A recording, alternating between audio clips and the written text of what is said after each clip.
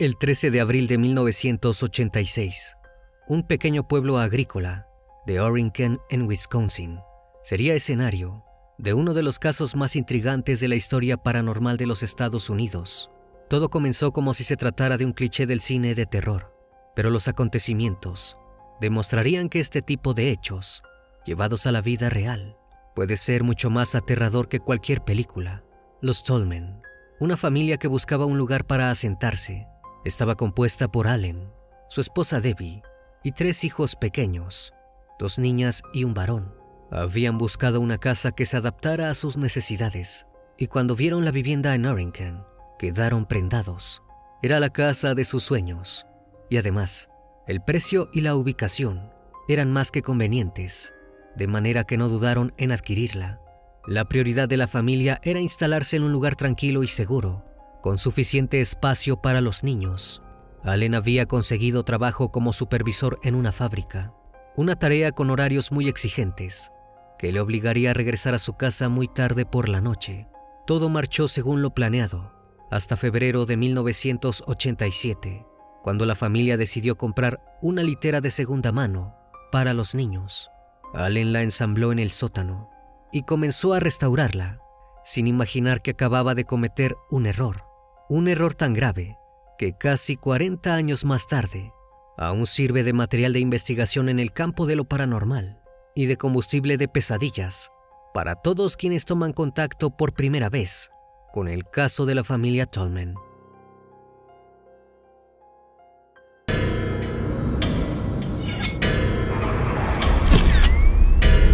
Fragmentos de la noche.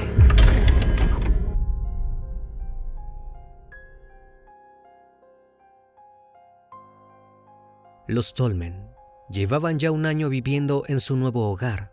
En el mes de mayo, Allen instaló finalmente la litera en el primer piso, en la habitación junto al dormitorio del matrimonio. Fue esa misma noche que el primer evento inexplicable vino a perturbar la paz de la familia. Era costumbre para los Tolman dejar una radio reloj encendida en la habitación de los niños para que les hiciera compañía y los ayudara a conciliar el sueño. Pero en medio de la noche, el pequeño entró en la habitación de Allen y Debbie para decirles que la radio había cambiado la emisora por su cuenta. Allen y Debbie no le dieron importancia, pensando que se trataba de una falla normal. Volvieron a sintonizar la emisora de costumbre, solo que esta vez la señal volvió a fluctuar y ambos pudieron ver cómo el dial se movía sin que nadie lo tocara.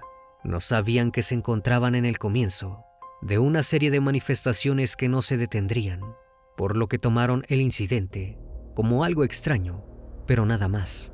Poco después, Allen viviría otro incidente extraño, pero una vez más, lo bastante ambiguo como para no disparar las alarmas. Se encontraba pintando en el sótano cuando Debbie lo llamó para almorzar. Al pasar por la cocina, dejó una brocha que acababa de limpiar junto a una sartén, pero luego del almuerzo, al buscar la herramienta, la encontró empapada en pintura. Algo que sabía era imposible, pero la duda razonable duraría poco. Pequeños incidentes como el del pincel se repetían cada vez más con mayor frecuencia, sumando inquietud y perturbando el clima cotidiano de los Tolman, algo que terminaría abruptamente para dar paso al horror, cuando las fuerzas que acechaban en las sombras de la casa se decidieron a manifestarse sin disimulo.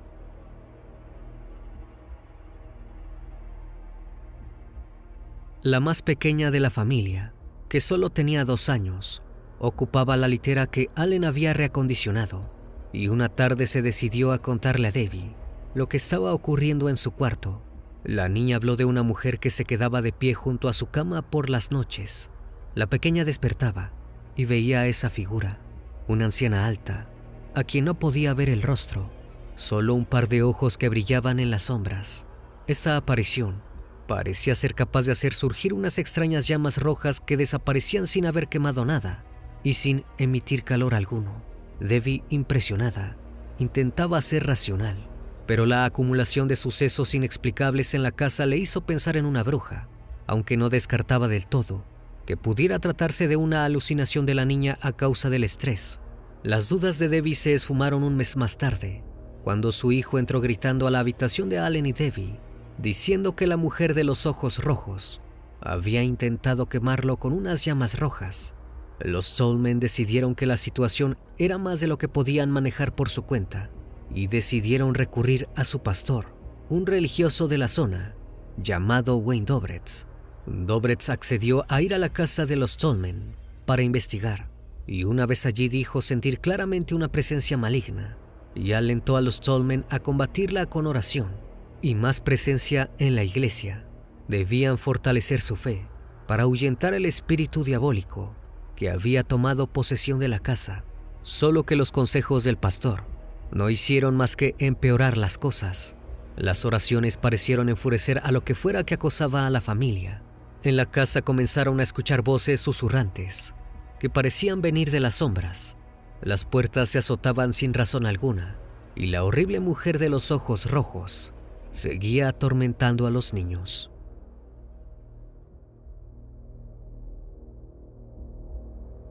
Allen no podía tolerarlo más. Una fuerza invisible parecía divertirse a costa de su familia y él no podía hacer nada por evitarlo. Así que en un arranque de furia e impotencia, desafió a gritos a la entidad, provocándola para que se atreviera con él en lugar de sus hijos. No hubo respuesta. Los fenómenos cesaron de repente y Allen, incrédulo ante la facilidad con que esa fuerza desconocida se había retirado, intentó volver a su vida normal, pero era solo una burla más de lo sobrenatural. 3 semanas más tarde, cuando Allen regresaba a casa y al pasar frente a su garage, una voz desconocida lo llamó desde dentro. «Ven aquí», dijo la voz. No fue un susurro, sino un grito, prácticamente una orden. Sin dudarlo, Allen entró en el garage, pero solo encontró silencio. No había nadie allí. Allen se volvió para salir, cuando la voz volvió a oírse a sus espaldas. Al girarse para enfrentar a lo que fuera que estaba provocándolo, vio la habitación envuelta en llamas. El hombre salió corriendo hacia la casa para dar aviso del incendio, pero al mirar atrás, solo vio el garage tal y como siempre. Sin saber cómo reaccionar, entró a la casa. Allen llevaba una lonchera en la mano. Apenas cruzó la puerta y una fuerza desconocida se la arrebató y la hizo pedazos contra la pared. Agotado, subió las escaleras y se dispuso a dormir.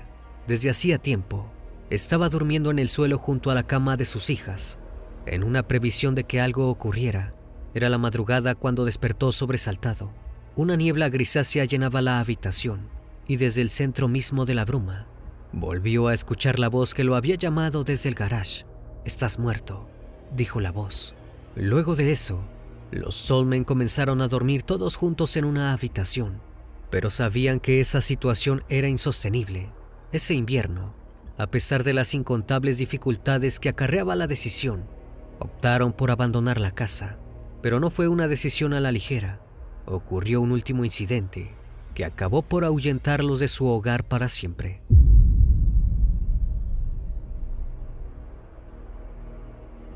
Allen se encontraba en el trabajo. Fue el 11 de enero de 1988. Una joven familiar de Allen se encontraba de visita ayudando a Debbie con los niños. Al llegar la hora de enviar a los niños a dormir, la joven comenzó a gritar, llamando a Debbie. Algo se había manifestado en persona y todos lo habían visto. Debbie corrió a la habitación, tomó a los niños, salió por la puerta principal, subió al automóvil y finalmente se alejó de la casa para jamás regresar.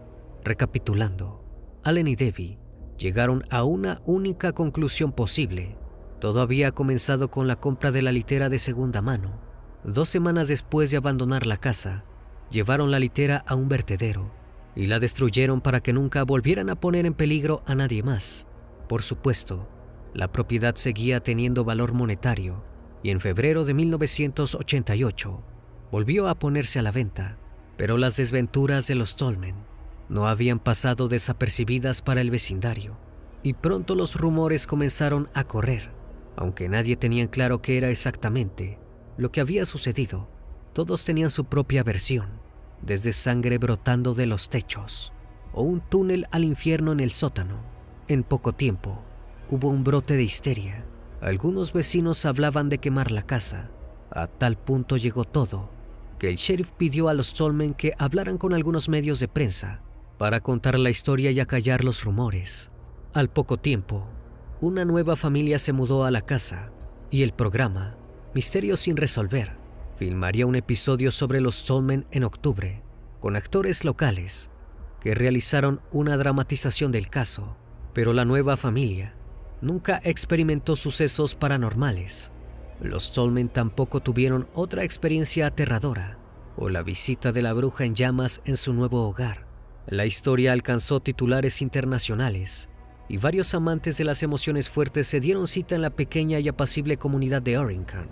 Iban con la esperanza de observar el famoso mueble levitando por la casa y las paredes sangrando. La prensa había difundido informes de una violenta actividad paranormal las 24 horas, pero nada más lejos de lo que encontraron los curiosos.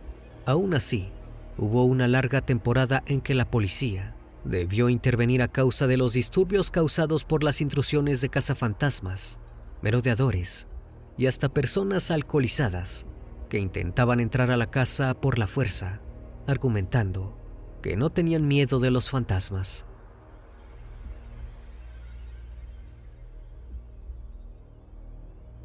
El 25 de enero, varias semanas después que la familia escapara de la casa, el pastor Dobretz regresó a la vivienda para intentar invocar a la entidad demoníaca que la habitaba. El religioso creía que algo podía haber quedado pendiente y que tal vez la destrucción de la litera no había sido el final de todo. El sheriff no terminaba de aceptar la idea de que la casa hubiera estado embrujada, pero sí estaba convencido de que la familia había atravesado alguna clase de experiencia traumática. Por eso acompañó al reverendo, acompañado por otros 2 oficiales. Buscaron grabadoras, dispositivos de proyección o cualquier otra evidencia de que los Stallman habían sido víctimas de una broma o que ellos mismos habían falseado la historia por motivos desconocidos. No lograron encontrar nada. Hoy, a más de 30 años, desde la infestación demoníaca de la casa de los Stallman, esta continúa deshabitada. Los objetos malditos o cargados de alguna clase de energía negativa que se libera en presencia de las personas adecuadas tienen una larga historia. Los archivos de lo paranormal recogen muchos casos similares, pero la experiencia de los Stallman destaca entre las historias por ser una de las más difíciles de catalogar.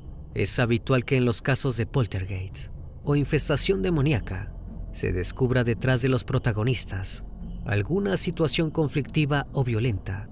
Nada de esto ocurrió con los Stallman, y una vez que se deshicieron de la litera, todo volvió a la normalidad. Esto convierte a los Stallman en un ejemplo perfecto de que lo inexplicable existe y sigue manifestándose.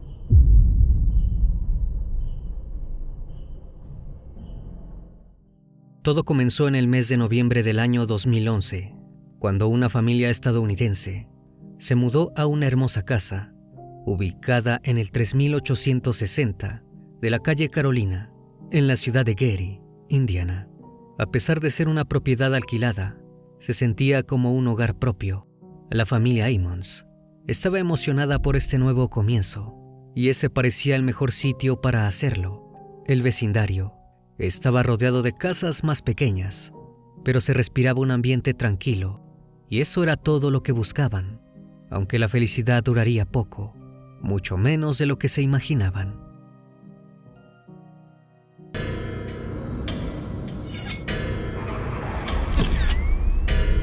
Fragmentos de la noche.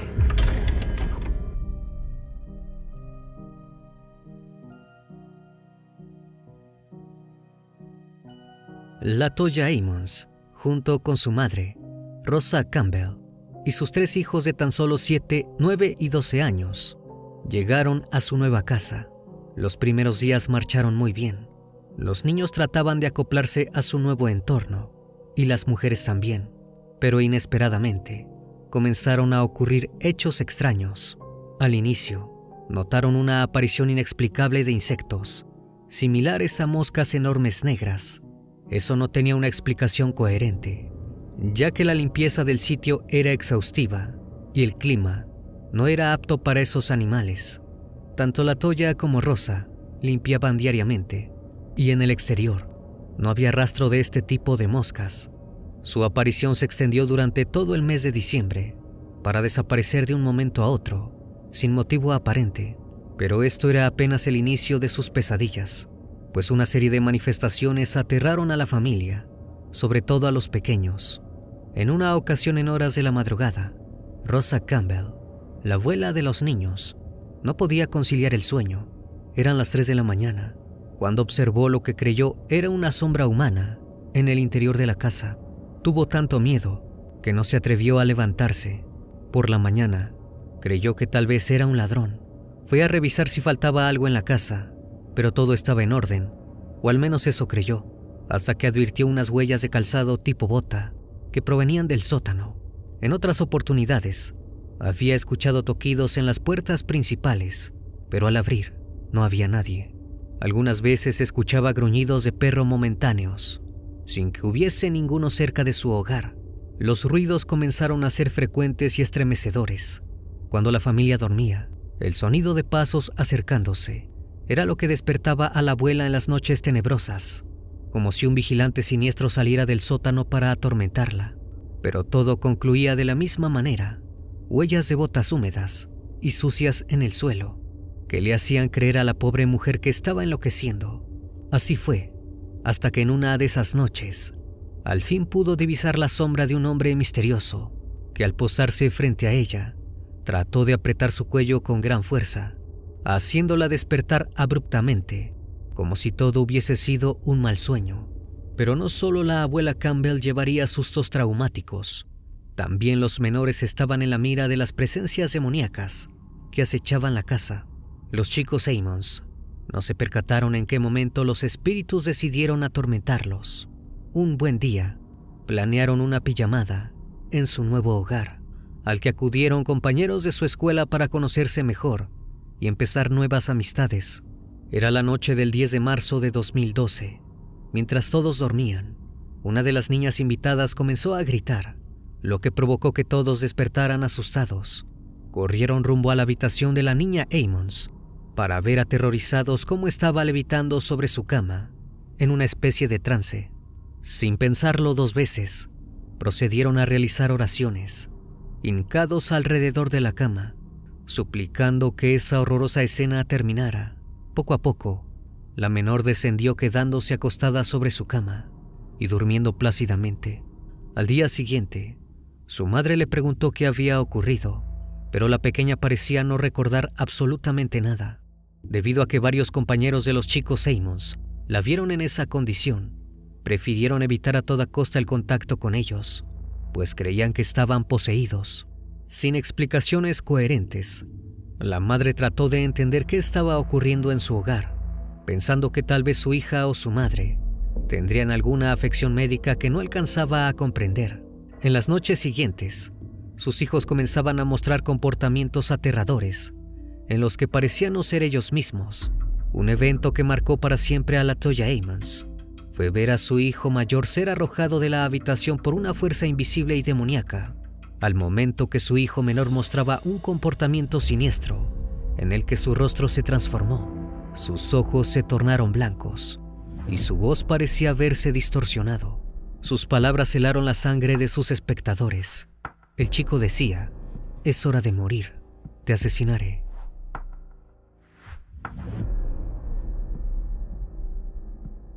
Ante las manifestaciones y el terror de estar viviendo en un sitio tan demoníaco sin posibilidad de mudarse enseguida, debido a que sus ahorros habían sido invertidos en el alquiler de la propiedad, la estabilidad emocional de la familia fue decayendo. Los chicos comenzaron a faltar a la escuela y a tener extrañas situaciones jamás antes ocurridas. En ocasiones sufrían de alucinaciones y sangrado en sus oídos, nariz y boca, sumado al miedo constante que manifestaban, lo que provocó que las autoridades escolares creyeran que los chicos Ammons estaban teniendo problemas en su hogar y temían que estuviesen sufriendo algún tipo de abuso. Por ello, la familia comenzó a ser investigada por los servicios de protección al menor. Al interrogar a la Toya Ammons sobre el estado físico de sus hijos, ella afirmó ante la autoridad educativa que en su casa ocurrían cosas extrañas y demoníacas. Evidentemente, esto sonaba tan descabellado que no creyeron ni una palabra de la madre de familia y continuaron investigando, con la idea de que posiblemente LaToya Ammons sufría delirios y agredía a sus hijos, pero ninguno de ellos confirmó esto. Por el contrario, decían que su madre era muy amable y cariñosa, reiterando que lo único que les hacía daño era su propia casa.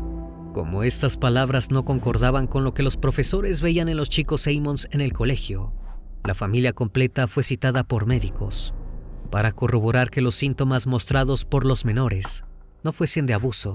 De pronto, los niños dejaron de actuar como ellos mismos y entraron en una especie de trance. Al abrir sus bocas, unas voces demoníacas emanaron de ellos, hablando en lenguas extrañas.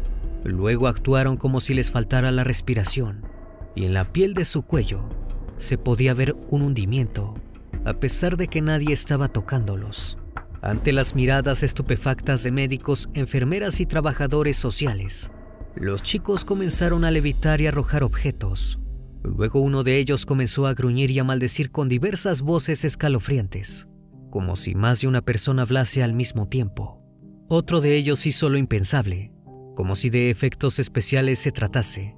Caminó hacia atrás sobre la pared, logrando dar una vuelta prácticamente imposible para caer de pie frente a todos, con los ojos en blanco. Pero estas señales solo sirvieron para que se creyera que LaToya padecía alguna enfermedad mental que estaba afectando a sus hijos, o que ejercía una profesión referente a la magia negra o al ocultismo. Por ello, la custodia le fue retirada mientras la investigación seguía su curso.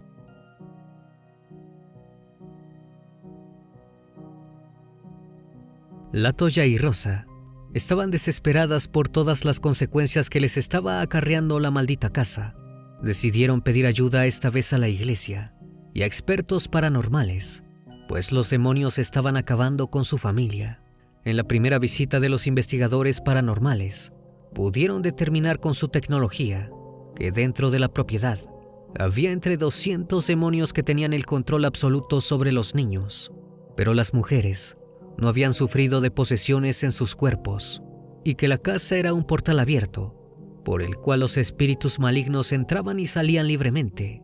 Por esa razón, les ofrecieron una solución aparente: realizar un exorcismo en la casa para expulsar a los espíritus y un ritual para tratar de cerrar el portal. Como el poder del mal dentro de la casa era enorme, se requirieron 3 exorcismos más, sin éxito alguno. En ese lapso, se le otorgó ayuda a LaToya y a Rosa para trasladarse a Indianápolis, a hospedarse allí, por temor a que los exorcismos enojaran tanto a los demonios que ellas sufriesen consecuencias.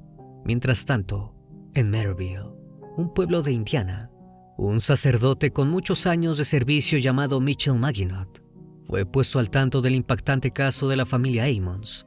Como los datos eran perturbadores, no quiso involucrarse. Pensó que si Dios deseaba que actuara, le enviaría una señal. Curiosamente, el 20 de abril de 2012, recibió una llamada telefónica que lo cambió todo.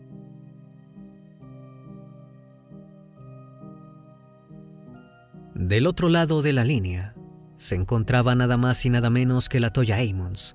Le contó al sacerdote sobre el tormento que había vivido desde que puso un pie en aquella casa y cómo le había destruido la vida, al punto que le habían quitado a sus hijos.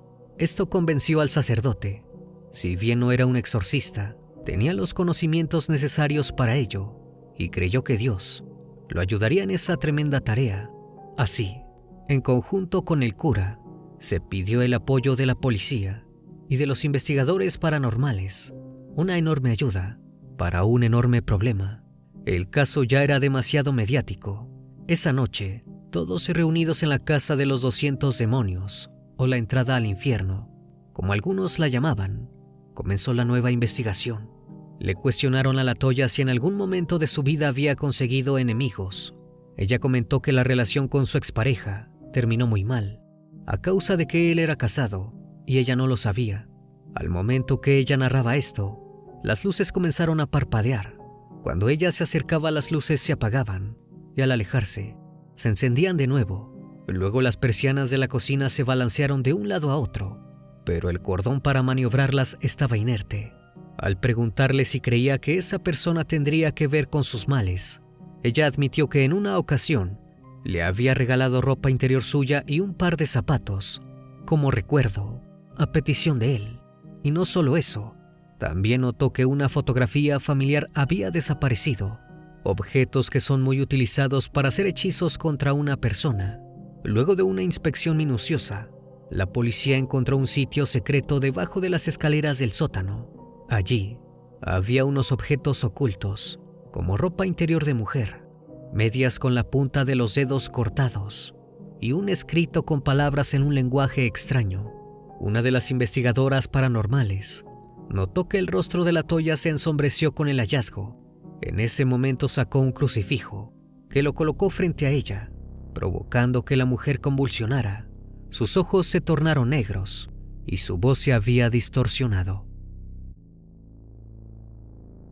El padre Meginot realizó un exorcismo a LaToya, además de bendecir con sal e incienso cada habitación y parte de la casa. Luego de esto, la mujer sufrió terribles pesadillas, donde los demonios la seguían atormentando. Dada por concluida la primera fase, se programó una sesión para el mes de junio. De nueva cuenta, se solicitó ayuda policial por si algo salía mal. En un intento de LaToya para investigar nombres de demonios en su computadora, esta se apagaba constantemente, sin dejarle conocer la información. El cura le facilitó una lista con los nombres de los espíritus malignos, y ella seleccionó 2, que creía la habían poseído. Llegada la fecha del nuevo encuentro, LaToya recibió un crucifijo bendecido para ver su reacción, pero ella permaneció tranquila. De pronto, le colocaron cerca diversos objetos religiosos, mismos que le provocaron convulsiones. El sacerdote no tardó en comenzar el nuevo exorcismo para averiguar el nombre del demonio que estaba dentro de ella. El cura pronto descubrió que, en efecto, esos 2 espíritus atormentaban a la mujer y procedió a realizar oraciones constantes hasta que LaToya se durmió. Luego concluyó la intervención. La siguiente sesión se programó para el 17 de junio. El exorcismo se llevó a cabo en latín y LaToya convulsionaba y maldecía ante las palabras del cura. Con el rezo al final, la mujer se durmió. Horas después volvió en sí, diciendo que se sentía muy bien, como si algo en ella hubiese cambiado. Gracias a la colaboración de la iglesia, la policía, los investigadores paranormales y médicos, LaToya pudo recuperar a sus hijos, pues todos eran testigos de que la historia de la casa de los 200 demonios era real. La policía elaboró un informe que abarcó 800 páginas, donde se adjuntaron fotografías y psicofonías. Una de las fotografías más espeluznantes es una donde se aprecia la silueta de un cuerpo dentro de la casa, a pesar de que ésta estaba vacía.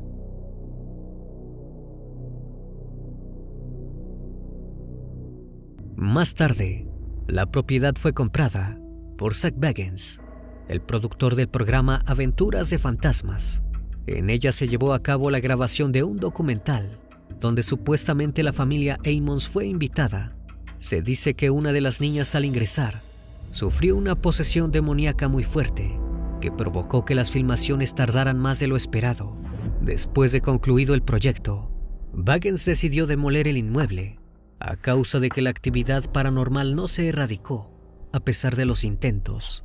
Para él, lo que estaba dentro de esa casa tenía la capacidad de hacer cosas nunca antes vistas, algo muy oscuro, inteligente y poderoso. Cuando hablamos de fenómenos paranormales, infestaciones demoníacas o casas encantadas, puede que lo primero que nos venga a la memoria sean los casos ocurridos en los Estados Unidos o el Reino Unido. La literatura y el cine nos han condicionado para asociar todos los eventos relevantes en los países anglosajones, pero en esta ocasión hablaremos de un caso que ocurrió en un lugar del mundo que parecería estar fuera de los listados más consultados de lo paranormal. La Casa Encantada de Virgis nos coloca en la región de Cataluña, España, durante el periodo que va desde 1976 a 1991, durante el cual una serie de manifestaciones paranormales persiguieron a una familia, y más específicamente a una propiedad que destinaban a las vacaciones de verano. Los fenómenos ocurridos allí marcaron profundamente a una de sus protagonistas, al punto que en su carrera como cantante e ilustradora hizo un hueco para poner por escrito sus experiencias en un libro que documenta todo el terror que vivió en su infancia. Este es el caso de la Casa Encantada de Virgis, un caso tan impactante que ha sido llamada también el Amityville español.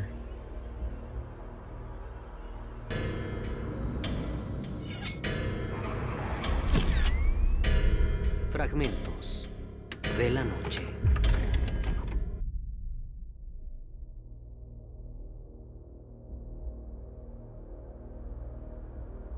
Durante 10 años, una familia de Barcelona se enfrentó a lo desconocido en su casa de campo.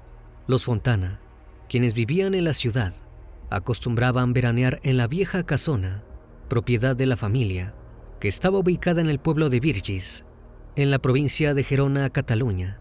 Virgis está emplazado en una región rural y pacífica que históricamente ha tenido desde siempre como actividades principales la agricultura y la ganadería.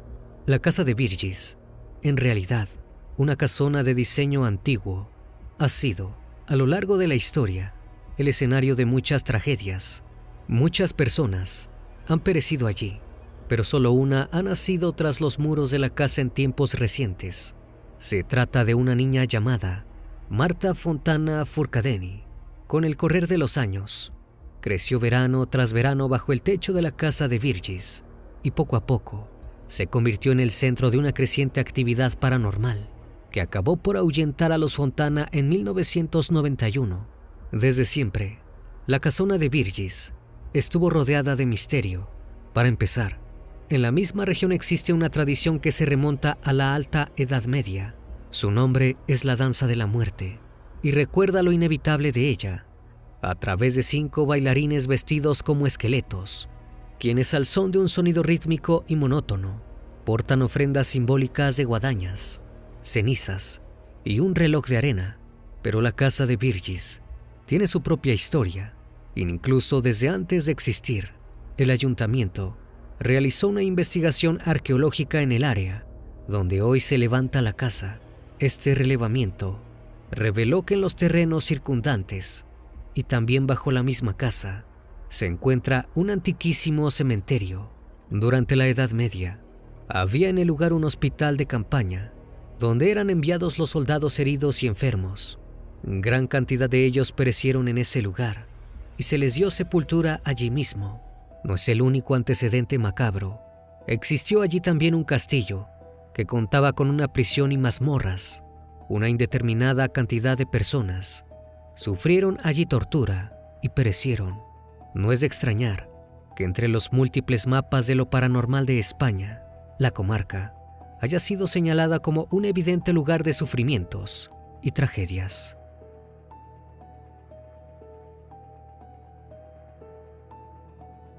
La casa de Virgis parecía tener una oscura y antigua historia, y aunque quienes la visitaban habían percibido no solo la atmósfera cargada y muchas veces hostil, sino también sucesos inexplicables, objetos que se movían por su cuenta, sombras, corrientes de aire helado y sonidos que parecían voces susurrando. Todo eso cobró fuerza cuando la familia Fontana dio la bienvenida a un nuevo integrante, la pequeña Marta. Como reflexionarían más tarde los protagonistas, Marta se convirtió en un canal para que las almas atormentadas durante siglos en ese emplazamiento se manifestaran y dieran a conocer sus desgracias. En menor medida, la hermana mayor de Marta, llamada Gemma, también experimentaría la actividad paranormal que impregnaba la casa.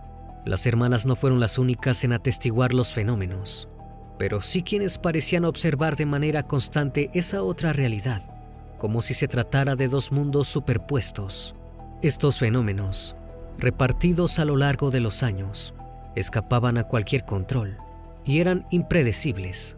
Marta recordó que durante las noches escuchaba golpes en la tercera planta de la casa, pero ya en ese momento sabían que no podían atribuir los ruidos a alguna causa desconocida. Se trataba de golpes brutales que retumbaban en toda la casa. La familia Fontana los comparó con golpes dados con un mazo sobre los muros, o como si un árbol cayera sobre el tejado.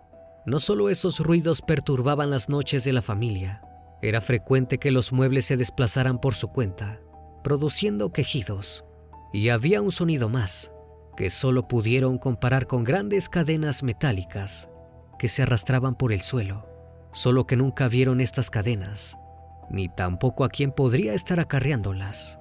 Otro signo de presencias sobrenaturales tenía que ver con un olor nauseabundo que infestaba la casa sin que se pudiera localizar su origen.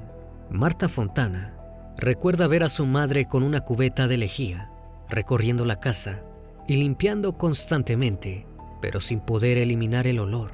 Pero la situación no se reducía a este tipo de hechos aislados e impersonales, aunque a lo largo de los años hubo una enorme cantidad de incidentes. Lo que le ocurrió a la abuela de Marta, que al momento del suceso tenía 60 años, fue mucho más allá de lo que la familia Fontana había vivido hasta entonces. Tras los muros de la casa de Virgis, la mujer llamada Magdalena se encontraba en el segundo piso de la casa. Estaba cerca de las escaleras de frente a ella. Es un detalle importante, ya que la mujer aseguró muchas veces que no se trató de un accidente. Según su relato, se hallaba a una distancia suficiente del primer escalón como para no poder alcanzarlo de un solo paso. Sin embargo, Magdalena rodó por las escaleras. Según dijo, una fuerza invisible y descomunal la empujó por la espalda. Magdalena rodó por las escaleras sin lograr sujetarse de nada. Se dio un fuerte golpe contra el piso de la sala. El golpe la dejó aturdida, pero pudo ver claramente una sombra que se acercaba hacia ella. Se trataba del perro de la familia, un gran macho pastor alemán llamado Sassy.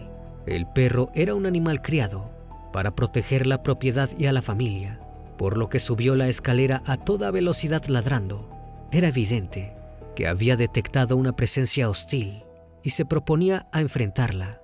Al llegar al piso superior, Magdalena lo perdió de vista, pero segundos después, escuchó claramente una feroz pelea, golpes en el suelo, objetos que caían y el gruñido furioso de Sassy, que se oía como si hubiera sujetado a su presa con los dientes.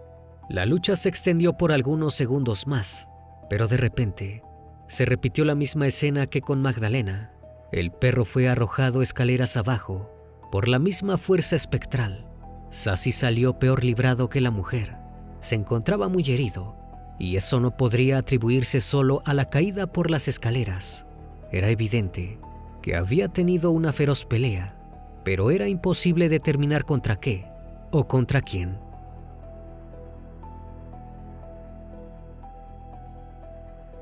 Los Fontana no se atrevieron a comprobar el piso superior hasta la mañana siguiente. Conchi, una de las tías de Marta, fue la primera en subir, y lo que encontró fue totalmente desconcertante. Todos los cuartos estaban en orden, las camas estaban hechas, los jarrones en su mesa, intactos. Cada mueble estaba en su sitio, y las ventanas estaban cerradas, con los vidrios intactos. Era imposible, ya que todos habían escuchado claramente cómo la noche anterior tenía lugar una furiosa pelea, con golpes y vidrios rompiéndose. En la casa de Virgis vivieron muchos miembros de la familia en diferentes momentos. El hijo mayor de Conchi, David, vivía en la casa con su novia Monse. Luego del incidente de la abuela Magdalena y Sassy, la pareja comenzó a compartir una habitación en el piso superior. Esto les daba seguridad, pero la confianza de David duró poco tiempo. Una noche, cuando ya todos se habían acostado, el joven se despertó al escuchar algo que parecía una voz. Aunque no logró comprender lo que decía, David abrió los ojos. Se encontraba en completa oscuridad, pero eso no fue un obstáculo para ver lo que ocurría. Una figura que despedía una luminosidad opaca se estaba acercando a la cama. David no pudo observar rasgos ni extremidades. Aunque la figura era aproximadamente del tamaño y contorno de una persona, solo pudo ver algo parecido a un brazo cuando la figura tocó los pies de Monse y desapareció casi de inmediato. Al relatarle al resto de la familia lo que había sucedido, cualquier duda que hubieran tenido sobre la naturaleza de los fenómenos que tenían lugar en la casa desapareció. Era evidente que se encontraban frente a algo que no era de este mundo, una entidad invasiva que no los quería en la casa. Poco tiempo después, la tía Conchi se marchó, decidida a no permanecer un día más a merced del ente que los acechaba. Prácticamente no hubo ningún miembro de la familia que no se viera envuelto en alguna clase de manifestación inexplicable. Esther, una de las primas de Conchi, llegó a atreverse a vivir una temporada en la casa y además completamente sola. Esther aprendió a convivir con los fenómenos más leves, los ruidos, los golpes y los muebles que cambiaban de lugar. Pero en una ocasión, la entidad se manifestó directamente ante ella y fue una experiencia tan aterradora que acabó por expulsarla de la casa. Fue cuando, sin estar pendiente de los fenómenos anormales, de repente Esther levantó la vista hacia una ventana y vio como una figura espectral se materializaba lentamente sobre el cristal. En otra ocasión, la madre de Marta vivió una experiencia que no pudo olvidar. Una nebulosa negra, sin forma definida, entró por la puerta de su dormitorio. La madre de Marta se incorporó de la cama, lista para huir, cuando sintió una violenta bofetada que la hizo golpear la cabeza contra la pared. Cuando se repuso del golpe, la sombra había desaparecido. No todos los episodios eran tan dramáticos, pero sí constantes y de la más variada clase. Uno de ellos, que era tan común que los Fontana habían llegado a considerarlo casi normal, era que cuando se apagaban todas las luces de la casa por la noche, volvían a encenderse por sí mismas, todas a la vez. Podía pensarse que se trataba de una falla eléctrica, y los Fontana llamaron a diferentes electricistas en más de una ocasión. Pero no solo no encontraron desperfectos en la instalación eléctrica, sino que la casa tenía más de un cableado, por lo que era totalmente imposible que todas las luces se encendieran a la vez. Pero tal vez la situación más aterradora haya sido la que uno de los familiares que vivía en el pueblo se negó a relatar. El hombre solo durmió en la vieja casona una noche, pero luego de eso aseguró que jamás volvería a poner un pie en ese lugar, ni de día ni de noche. Nunca lograron que dijera qué le había ocurrido esa única noche que permaneció tras los muros de la casa familiar.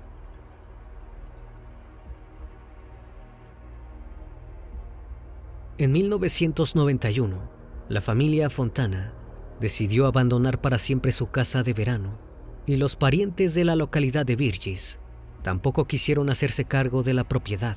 Se trasladaron a la Costa Brava, a una población llamada Playa Daro. Pero antes de mudarse, Marta tomó de la casa una pequeña caja de madera donde había acumulado recuerdos de Virgis, unas pequeñas estatuillas que había construido con trozos de madera del lugar. Una vez instalados, Marta guardó sus recuerdos en el armario de su nueva habitación, cuarto que compartía con su hermana Gemma. Al comienzo, parecía que los fenómenos se repetían, aunque mucho más leves que en Virgis.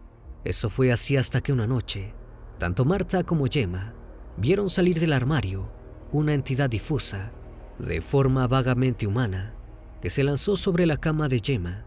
Esa vez, el ataque parecía tener un objetivo muy definido: abusar de Gemma. Las dos jovencitas huyeron del cuarto y, al contarle a sus padres lo que había ocurrido, esa misma noche decidieron abandonar el apartamento de Playa Daro.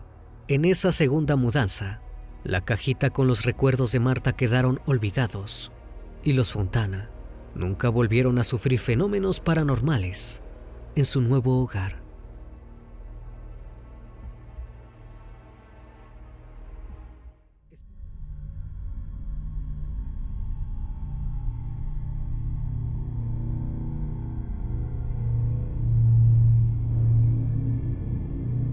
Corría el frío invierno del año 1970.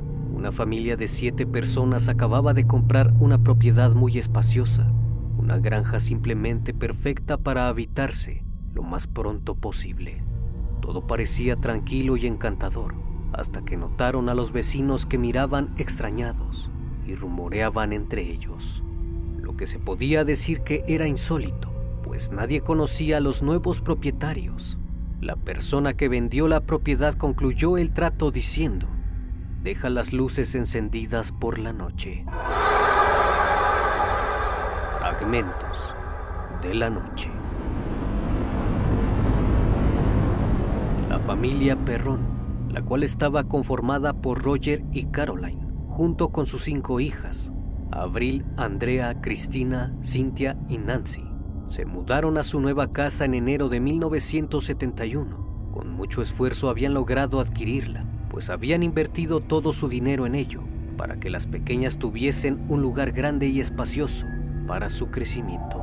Pero una vez que estaban instalados, comenzaron a ver cosas extrañas y perturbadoras, pues a propias palabras de una de las hijas mencionó: mi madre solo quería conseguir un lugar en el país para criar a sus hijos. Es un lugar extraordinario. Empezamos a ver espíritus. Tan pronto como nos mudamos a la casa, la mayoría de ellos eran benignos, y algunos de ellos ni siquiera parecían darse cuenta de que estábamos ahí. 8 generaciones vinieron y murieron en esa casa antes de nuestra llegada, y algunos de ellos nunca se fueron. Las primeras manifestaciones eran inofensivas. En los dormitorios de las niñas los objetos se movían de lugar constantemente, en especial los juguetes, lo que las hacía pelear constantemente. Esto provocó crisis nerviosas en Caroline, su madre, que no entendía cómo sus hijas pasaron de un comportamiento tranquilo a estar completamente fuera de control. Al notar que esto estaba afectando a su madre, las niñas comprendieron que tal vez los fantasmas de niños que habitaban en su casa tomaban los juguetes y los desordenaban, por lo que decidieron que los compartirían con ellos para evitar los malentendidos. Por las noches, al dormir, notaban que una mujer les daba un beso en la frente y las arropaba, hasta que una de las hermanas menores notó algo singular. La mujer que me besaba por las noches huele a flores y frutas, mientras que mamá huele a jabón. Solo uno de los espíritus se mostró a Avril y se presentó con ella, un niño pequeño quien en vida se llamaba Oliver Richardson, y se hicieron amigos. Las presencias que hacían apariciones en las habitaciones de las pequeñas parecían ser amigables e inofensivos. Había uno de ellos que le gustaba mirarlas jugar, pues aparecía por los pasillos o en la cocina, apoyándose en alguna puerta, sonriendo de una forma bastante extraña. En cuanto trataban de hacer contacto visual con él, se desvanecía. El primer encuentro que asustó a las niñas fue que un día, mientras disfrutaban jugando al escondite, Cynthia decidió esconderse en la leñera para hacer las cosas un poco más divertidas. Se subió a una caja de madera que no tenía más que un panel de madera cubriéndola, sin cerrojo, llave ni nada. Una vez que se dio cuenta que sus hermanas no iban a ir tras de ella, decidió salir empujando el panel hacia arriba. Sin embargo, no se movió. Ella empujó y gritó, con la esperanza de que alguien la escuchara y la dejara salir. Pero 20 minutos después, se dio cuenta de que no venía nadie. Yacía ahí en un charco de sudor y lágrimas, cuando su hermana Nancy llegó y simplemente abrió la tapa. Cynthia estaba histérica y no podía respirar. No obstante, había otros espíritus que se presentaban ante la madre de la familia, que a sus propias palabras eran aterradores y crueles. Caroline se dedicaba a su casa con vehemencia. Le agradó su nuevo hogar a pesar de las circunstancias. Sus nervios no estaban bien a causa de lo que ocurría ante sus ojos, pues los objetos se movían solos. Sentía presencias que posaban cerca de ella, que le provocaban escalofríos. Cuando terminaba de limpiar la cocina, la escoba se movía por sí sola. Inclusive en medio del sueño aparecían pequeños cúmulos de tierra. Los objetos guardados aparecían en lugares distintos. La madre creía seriamente que se estaba volviendo loca, pues al relatar estos hechos a su marido, él decía que simplemente no le interesaba o que se estaba imaginando cosas, pues aparentemente a él no le había sucedido nada extraño en su estadía, aunque por las noches eran claros los ruidos de portazos y los susurros espeluznantes que no pasaban desapercibidos. Los ataques contra Caroline no cesaron, sino que se intensificaron. Al parecer el ente que la molestaba quería ahuyentarla a toda costa, pues en momentos podía sentir ataques de ansiedad, sudor, frío y un sentimiento de persecución constante. Hubo momentos en los que se sintió sumamente abrumada y únicamente buscaba poder descansar un poco. Era demasiada la carga que ahora se le presentaba y no se sentía apoyada por su esposo, quien iba a trabajar lejos y al volver a casa solo deseaba acostarse, y repetía constantemente a su familia que no quería escuchar historias absurdas de fantasmas. Un día Caroline estaba recostada en un sillón cuando el sueño comenzó a vencerla. De pronto sintió que una fuerza extraña y pesada se posó sobre ella. Los nervios se acumularon y sintió mucho pánico. De pronto sintió un fuerte dolor punzante en una pantorrilla. Cuando se revisó notó una especie de piquete que se tornó rojo, por lo que se levantó y buscó a algún animal que pudiese haberla picado, pero no encontró nada y la casa estaba limpia. Ella lo describió como un círculo perfectamente concéntrico, como si una gran aguja de coser le hubiera atravesado la piel. Cansada de tantos sucesos extraños, la mujer buscó ayuda en los archivos de historia para hallar los antecedentes de la granja y encontró datos perturbadores. 8 generaciones de una familia extendida vinieron y murieron en esa casa antes de la llegada de la familia Perron. Seguramente ellos nunca se fueron. El libro negro de Burville, el antiguo libro de registros públicos de la ciudad, revela que en el transcurso de su existencia, la propiedad había sido sede de 2 autoprivaciones de la vida por ahorcamiento, uno por envenenamiento, el abuso y el asesinato de Prudence Arnold, de 11 años, 2 ahogamientos y el fallecimiento de 4 hombres que murieron congelados, además de otras trágicas pérdidas correspondientes a la familia Arnold. Al parecer, uno de estos espíritus no deseaba que la madre de familia estuviera en la casa, ya que ella era la única que recibía ataques de este tipo. Solo a ella la habían atacado abiertamente y no sabía qué hacer. Fue así que, contando sus experiencias a una amiga cercana, su situación llegó a oídos de los especialistas en situaciones paranormales, Ed y Lori Warren. Los expertos enseguida se interesaron por el caso y pronto acudieron a la granja de los Perron. Roger enseguida mostró su desacuerdo con la intervención de los Warren, pero al final accedió a recibirlos. Caroline se mostró agradecida porque al fin alguien atendía a sus súplicas respecto a los fantasmas que la acechaban. Al interrogarla, Lori supo casi al instante que el espíritu que la atacaba era una mujer que al parecer era la antigua señora de la granja. Tenía el cuello desviado, probablemente a causa de su fallecimiento, que había sido el ahorcamiento. Y en definitiva quería a Caroline fuera de su propiedad. Al hablar abiertamente de los eventos que sucedían en su casa y al escuchar hablar a sus hijas respecto a lo que habían visto y oído, Roger reveló que en realidad sí había visto espíritus y en algunas ocasiones notó los extraños sucesos ocurridos, además de que declaró que una mujer se acercaba a él por las noches y lo acariciaba. Incluso pudo percibir su aroma y al notar que no le haría daño, lo pasó por alto.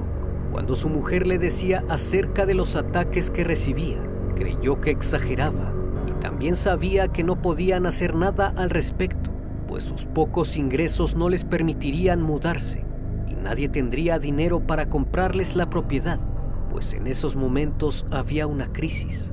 Ante los testimonios de la familia, los investigadores supieron que las niñas corrían peligro, por lo que decidieron que lo mejor era hacer una sesión de espiritismo para tratar de limpiar la casa y darles descanso a las almas en pena. Documentaron todo y se programó el encuentro. El hecho se desarrolló en el sótano de la casa, dejando a las menores en las habitaciones, aunque no contaban con que una de ellas, Andrea, se escabulliría a escondidas y presenciaría la sesión. Todos se sentaron alrededor de una mesa y se tomaron de las manos. Estaban con los ojos cerrados y concentrados, cuando la señora Warren pudo ver el espíritu de aquella mujer y reveló un nombre, Betsabé. Dijo que estaba enojada con la presencia de Caroline, pues ella, a pesar de ser un fantasma, aún se sentía dueña del hogar y estaba celosa de su presencia, además de que estaba interesada en Roger. En un momento inesperado, algo tomó posesión de Caroline, pues comenzó a hablar palabras en un lenguaje extraño y levitó en su silla, para de pronto salir arrojada contra una pared con gran fuerza, dando un grito desgarrador, lo que hizo creer a los demás que había sido asesinada por el espíritu. Al momento acudieron a auxiliarla y afortunadamente solo había recibido un mal golpe. Esta manifestación enfureció a Roger, quien muy a su pesar siguió aceptando la ayuda de los Warren, pues deseaba expulsar el mal de su casa.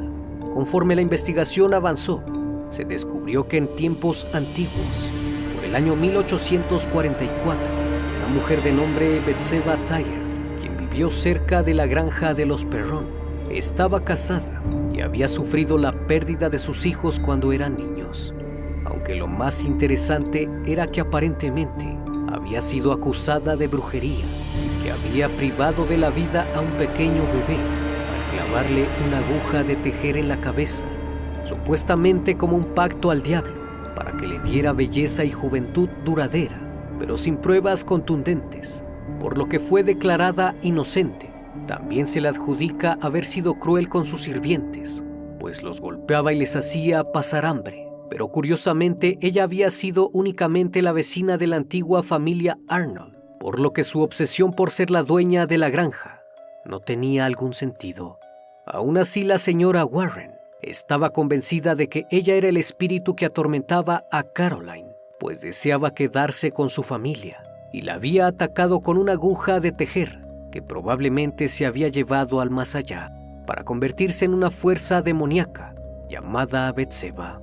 Pero el espíritu que se mostraba ante Caroline tenía la cabeza inclinada hacia un lado, era redonda y gris, parecida a un panal disecado, sin ojos y sin boca. Parecía como las telarañas que cuelgan en las esquinas de algún sitio, por lo que más bien pensaron que era más probable que fuese la antigua señora Arnold, quien no abandonó nunca su hogar, a pesar de tener a Ed y Lori Warren intentando disipar los malos espíritus.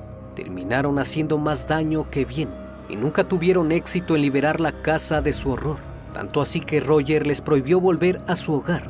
La familia se quedó en la casa durante 10 años antes de finalmente salir, pero las cosas horribles que ocurrieron dentro de esas paredes se quedaron con ellos para siempre. En el año 2011, Andrea Perron lanzó un libro con sus experiencias vividas en la casa, y se notaron las grandes diferencias entre lo narrado en los expedientes de los Warren y los testimonios de Andrea. Posteriormente, en el año 2013, se lanzó una película de terror conocida como El Conjuro o Los Expedientes Warren, donde, en definitiva, no hay un respaldo fidedigno de lo que realmente vivió la familia a lo que decidieron proyectar en la pantalla, como el hecho de que agregaron el caso de la muñeca Annabelle con gran énfasis, cuando no tenía nada que ver. Algunos fragmentos del libro nos dicen: siempre estaré agradecida de habernos mudado a esa granja. Cambió nuestras vidas de manera significativa. Somos personas iluminadas espiritualmente. Debido a nuestras experiencias fue una revelación. Al describir la noche de la sesión narró lo siguiente: la noche de la sesión fue un evento espantoso, impactante y horrible. La definición de trauma infantil. El cuerpo de mi madre estaba enrollado en una bola. Fue absolutamente desgarrador escuchar su grito, verla retorcerse del dolor. Doy gracias a Dios todos los días que no tiene memoria de eso. Aunque todo lo demás lo recuerda perfectamente, no hubo sangre involucrada, nada parecido a como la película retrata este incidente, pero aún así fue inquietante. No fue Betsabé quien atacó a mi madre esa noche, pero fuera lo que fuera, fue increíblemente poderoso, ciertamente lo suficiente poderoso como para reclamar su vida si quisiera. El espíritu que la atacó hizo levitar la silla en la que estaba sentada y la arrojó. Cada persona en esa casa escuchó su cabeza golpear el suelo. La señora Warren se derrumbó sobre la mesa, inconsciente. Ella estaba rogando por el desastre y lo conseguimos. Mi madre quedó inconsciente. Nunca lo olvidaremos. Quienes lo observaron estábamos muertos de miedo y marcados de por vida. La película mostraba una escena de Hollywood de Ed y Lori expulsando a un supuesto demonio que poseía a mi madre, y todos vivieron felices para siempre. Eso no fue lo que pasó, en absoluto. A veces no hay un final feliz.